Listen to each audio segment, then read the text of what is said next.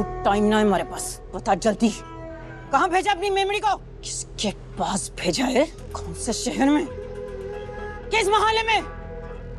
बता। बिंदी ने क्या बिगाड़ा है आपका? क्यों आप उसके पीछे पड़ी है? प्लीज उसे छोड़ दीजिए। मैंने दिए तो मैडम बिंदी, काजल को छोड़ो मैडम। अरे कोई रुको नहीं। काजल क्यों नहीं? छोड़ूंगी नहीं मैं तुझे। बोल कहाँ है बिंदी?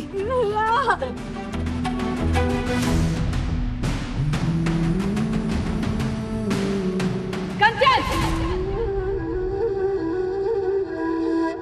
ड्यूटी खत्म हो गई ना तेरी?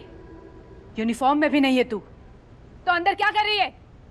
मैडम जी ये देखिए ना, ये काजल खाने की थाली से रूठ के बैठी हुई है। यही समझा रही थी इसको कि रोके क्या होवेगा, मन्ने मार के तो काल खोटरी की सजा मिल गई, और अब खाना पीना छोड़ के खुद को क्या सजा दे रही है, यही समझा रही थी मैडम जी। बाहर निकल। मैडम जी कंचन, ड्यूटी खत्म होने के बाद में किसी को भी अंदर जाने की परमिशन नहीं है, पता है या नहीं? निकल। जी मैडम जी। पीछे क्या देख रही है? निकल जल्दी।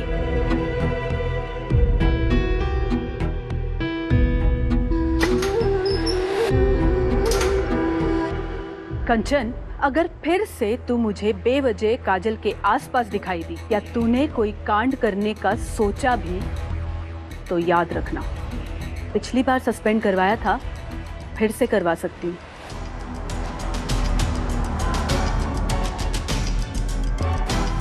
निकल। जी मैडम।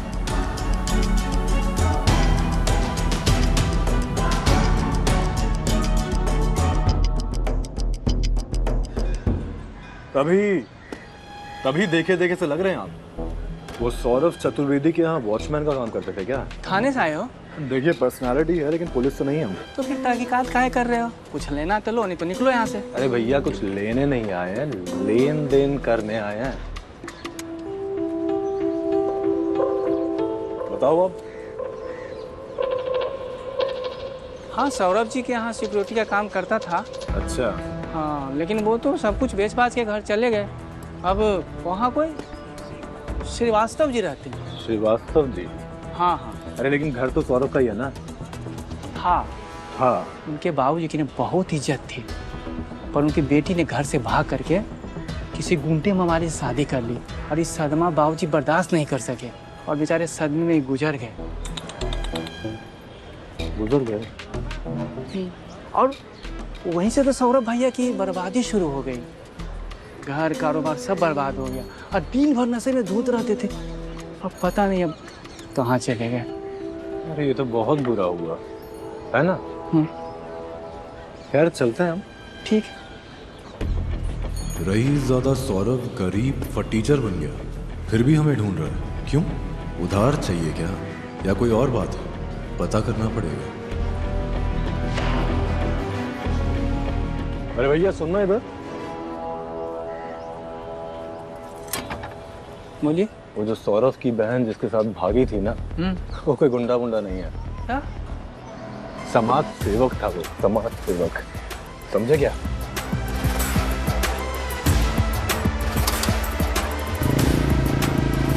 अब मुझे बिना झूठ बोले ये बताओ, आज छुट्टी वाले दिन तुम स्कूल क्यों आए हो?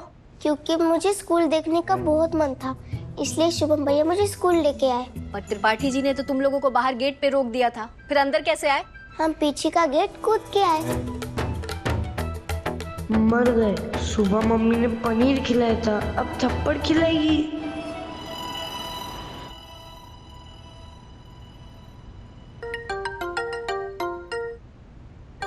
इस समय किसको अपना ब्लाउज पेटीकोट याद आ गया? तुम बैठो, मैं देखती हूँ। शुभम के स्कूल से फोन? स्कूल से फोन? संडे को? क्या बात हो गई? मुझे क्या पता। हेलो, क्या मतलब, कैसे, क्यों, उनको समझी नहीं।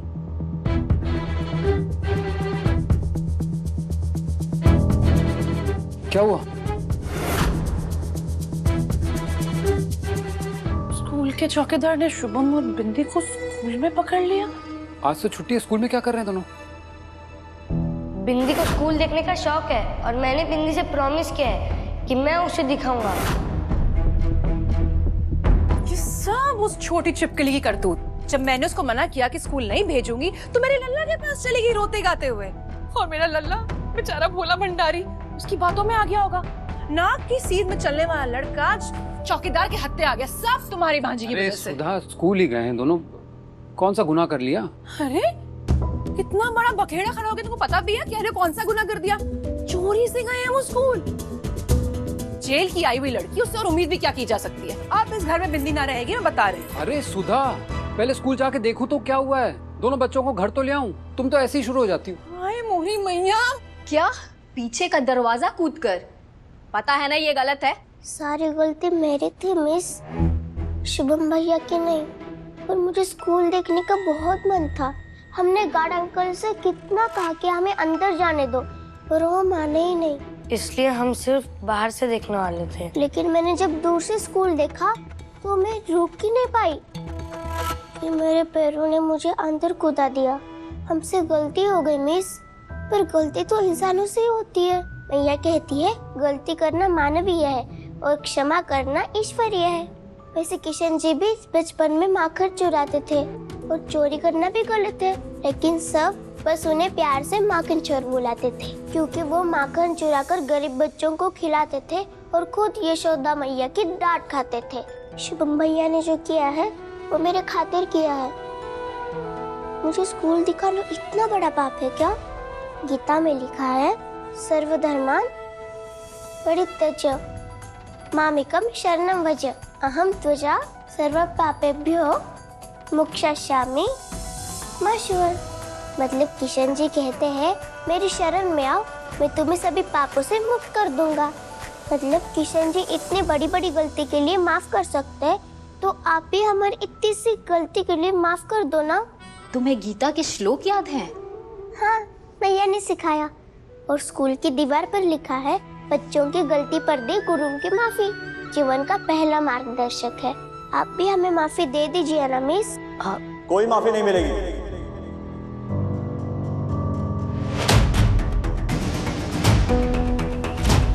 टाइगर,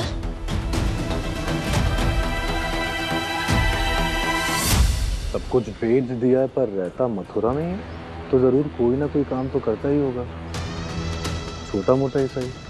अबे किसी को कुछ तो पता होगा उसके बारे में। ये सौरभ दोस्त है हमारे, पक्का आपको नहीं पता ना? आपको कुछ याद नहीं आ रहा? नहीं। आखिर ये सौरभ चतुर्वेदी गया कहाँ? इतनी देर हो गई है, इन लोग अभी स्कूल तक क्यों नहीं आए? सब ठीक तो होगा ना? कैसे होगा मम्मी? वो टिंडी बिंदी साथ में जो है, कोई बड़ा मैटर हो गया होगा। क्या मतलब? आप हमारे प्रिंसर को नहीं जानते?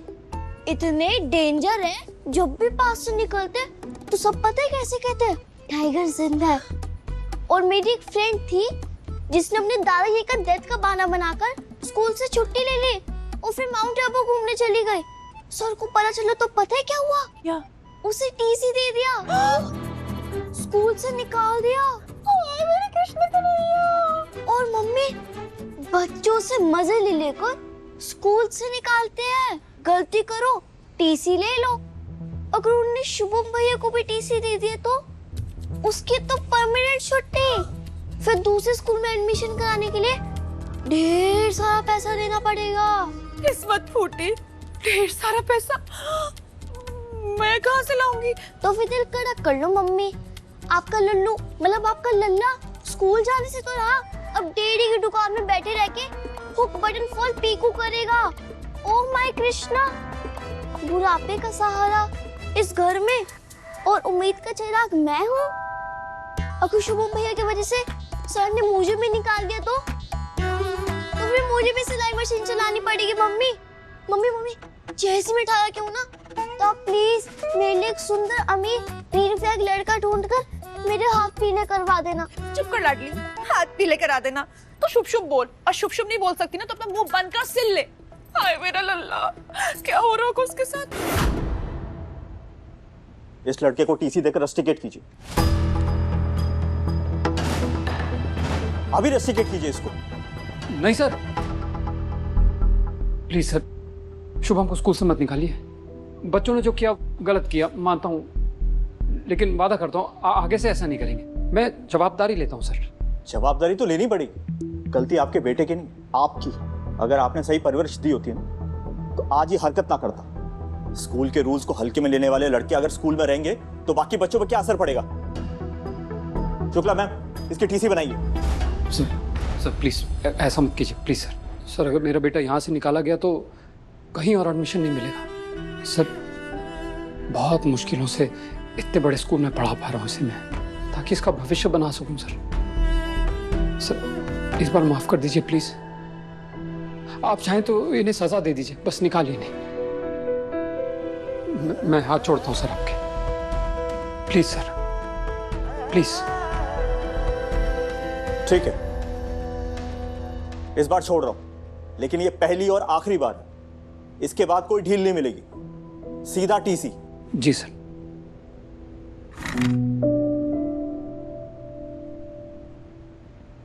थैंक यू मिस, आज हमारा साथ देने के लिए थैंक यू। आप मुस्कुराती हो तो बिल्कुल मेरे मैया जैसे दिखती हो। तुम अपना ख्याल रखना चुटकी, ओके?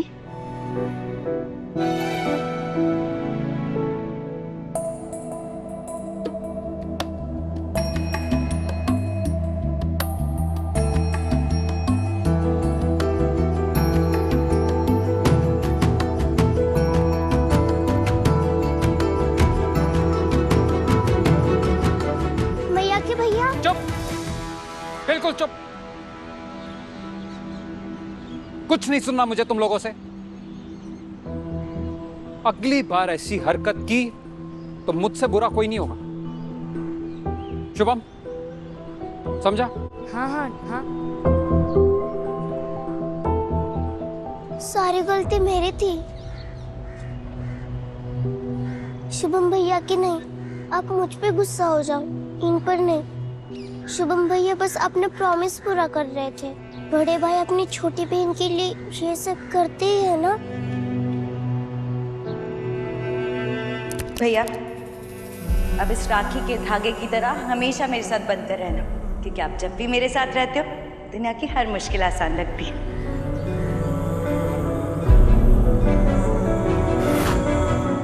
आपने मेरे लिए मन्नत मांगी, मेरे पास होने पे मुझे तोहफा दी, खुद को दर्द थी। तेरे लिए तो मैं अपनी जान भी दे सकता हूँ। परिक्रमा क्या चीज है मेरी छल्ली। अब मुझे डांटो, मुझे सजा दो, पर शुभम भैया को नहीं। नहीं बिंदी, सारी गलती मेरी है। मैं बिंदी का बड़ा भाई हूँ और मुझे बिंदी को गलती करने से रोकना चाहिए था। नहीं भैया के भैया, मैंने पहले जिद की थी और हर बार बहनों की जिद सही नहीं होती। जो हो गया सो हो गया, तू चिंता मत कर। अब मिला हाथ और बोल मेरे साथ, अब से हम ऐसी गलती दोबारा नहीं करेंगे। अब से हम ऐसी गलती दोबारा नहीं करेंगे।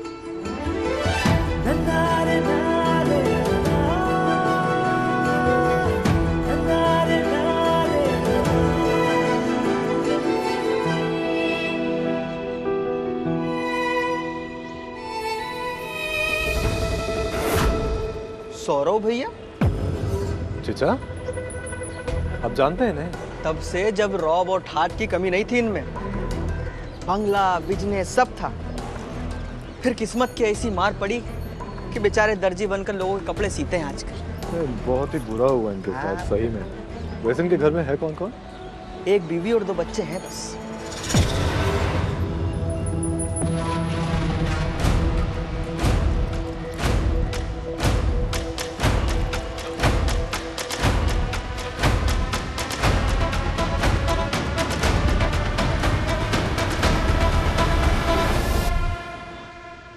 रश्मि मैडम, मुझे आपसे कुछ जरूरी बात करनी है बिंदी के बारे में।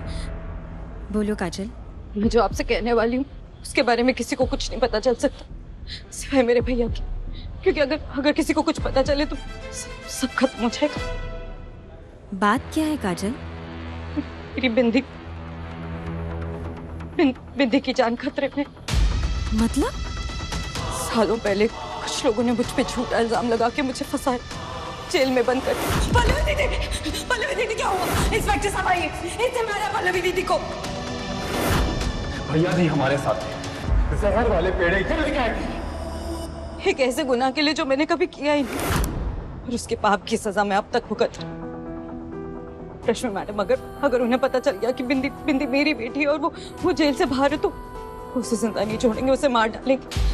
प्लीज, आपको किसी भी तरह ये बात मेरे भैया तक पहुंचानी होगी। उन्हें बताना होगा कि बिंदी की जान खतरे में है। चाहे कुछ भी हो जाए, उन्हें उसकी रक्षा करनी होगी। बोलिए ना मैडम, आप बात करेंगी ना भैया से? नहीं, मैं ये बात तुम्हारे भाई को नहीं बताऊंगी। मैडम, मेरी बिंदी को कभी भी कुछ भी हो सकता, और आप मेरी मदद करने से मना करिए। क्यों? तुम आओ यहाँ। मैडम, आप मेरी बात नहीं समझ रही। बिंदी की जान खतरे में। आप मेरी एक बार बात तो सुनिए। शांत हो जा। मैंने तुम्हारे भाई को देखा है, मैं जानती हूँ वो किस हाल में है, इसलिए कह रही हूँ। क्या मतलब? तुम्हारे भैया बिंदी से बहुत प्यार करते हैं, और अगर उन्हें पता चल गया कि बिंदी की जान खतरे में है तो वो घबरा जाएंगे, और तुम्हारी भाभी वो डर जाएगी। उसे लगेगा कि बिंदी की वजह से उनके घर परिवार पर खतरा मंडरा रहा है, और उसे पनाह देकर उन्होंने बहुत बड़ी गलती कर दी। क्या इसके बाद भी तुम्हारी भाभी बिंदी को अपने घर में रहने देगी?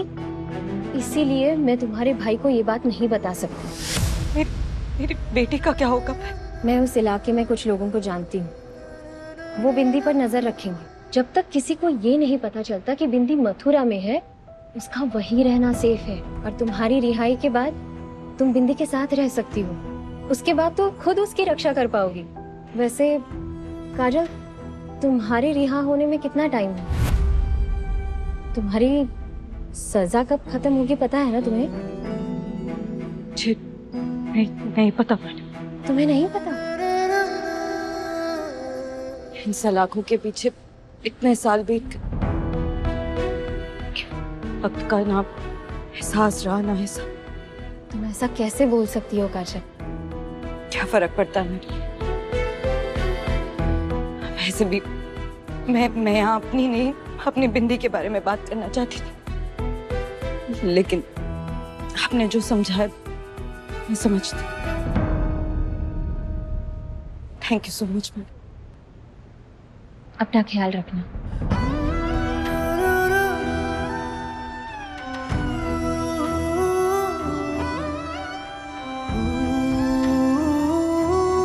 हे किशन जी, मेरी बिंदी की रक्षा करना। कंचन या दयानंद को मेरी बिंदी का पता नहीं चलना चाहिए। क्या हुआ? प्रिंसिपल ने क्या बोला? प्रिंसिपल सर ने डांटा दोनों को और स्कूल से निकालने की धमकी भी दी, लेकिन मेरी मिन्नतें करने के बाद वो मान गए। वार्निंग दे के छोड़ा है, लेकिन आगे से ऐसी गलती करेंगे तो निकाल देंगे। कोटि कोटि धन्यवाद किशन कन्हैया, आपका कोटि कोटि धन्यवाद। ये सब तेरे कारण हुआ है। तुझे जब मैंने मना किया था कि तू नहीं जाएगी स्कूल, तो क्यों गई? अब शगुनी कहेंगी।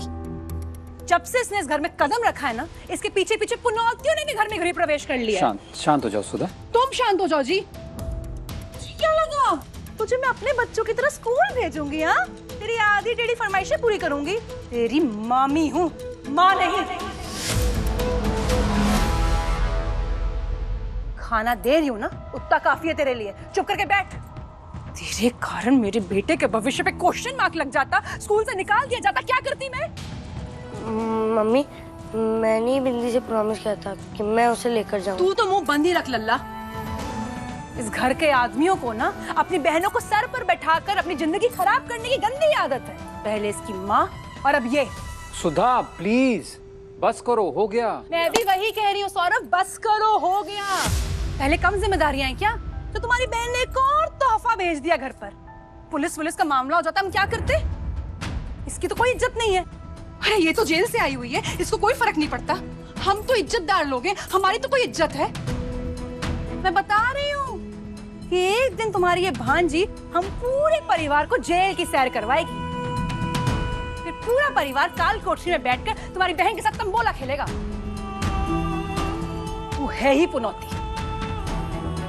जेल की परवरिश, जेल की पैदाइश, जेल की मानसिकता जहां से आई है ना, इसे वहीं भेजो।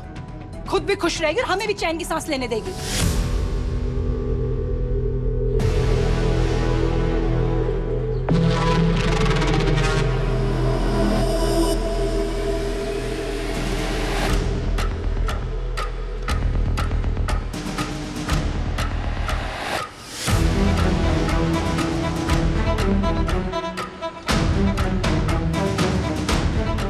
तो सौरभ के घर जाके ही पता करना पड़ेगा कि वो हमें ढूंढ क्यों रहा है। कहीं काजल वापस तो नहीं आ गई।